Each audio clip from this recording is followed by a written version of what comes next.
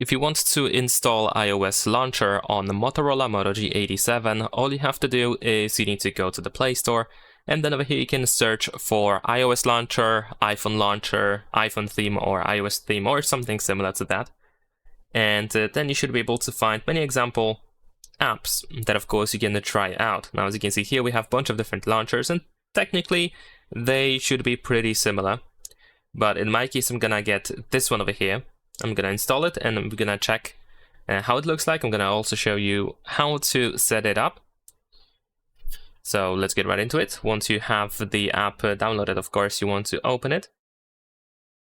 You don't have to agree to let the app access notification, sorry, not notifications, location actually, my bad.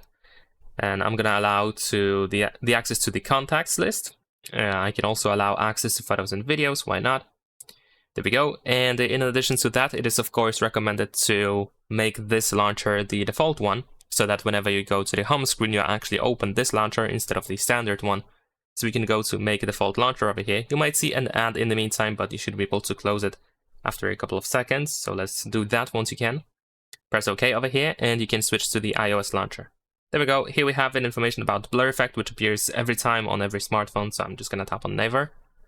And there we go, we have our iOS launcher. This is how it looks like. We have the app library as well. And there we go. That is pretty much it. Leave a like and subscribe.